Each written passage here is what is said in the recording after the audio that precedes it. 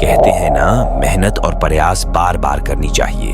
अगर एक बार में कामयाबी नहीं मिलती तो दूसरी बार तो मिल के रहेगी। इसलिए कोशिश आखिरी सांस तक करो। और मेरी बात को ध्यान से सुनो। एक समय की बात है। एक राज्य में एक प्रतापी राजा राज करता था।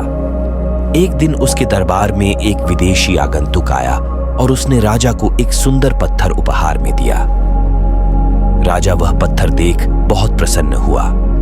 उसने उस पत्थर से भगवान विष्णु की प्रतिमा का निर्माण कर उसे राज्य के मंदिर में स्थापित करने का निर्णय लिया और प्रतिमा निर्माण का कार्य राज्य के महामंत्री को सौंप दिया।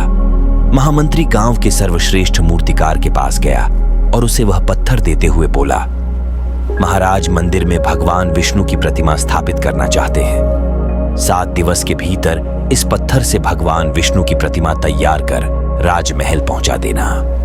इसके लिए तुम्हें 50 स्वर्ण मुद्राएं दी जाएंगी। 50 स्वर्ण मुद्राओं की बात सुनकर मूर्तिकार खुश हो गया और महामंत्री के जाने के उपरांत प्रतिमा का निर्माण कार्य प्रारंभ करने के उद्देश्य से अपने औजार निकाल लिए।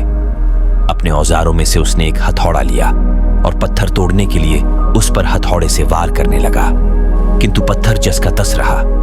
मूर्तिकार ने हथौड़े के कई वार पत्थर पर किए, किंतु पत्थर नहीं टूटा।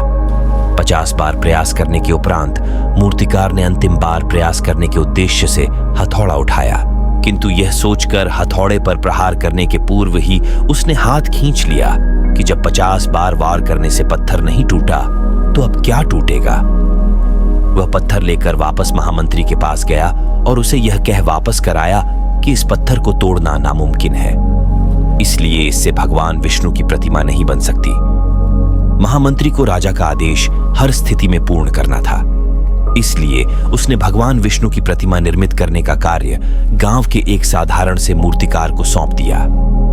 पत्थर लेकर मूर्तिकार ने महामंत्री के सामने ही उस पर हथौड़े से प्रहार किया और वह पत्थर एक बार में ही टूट गया।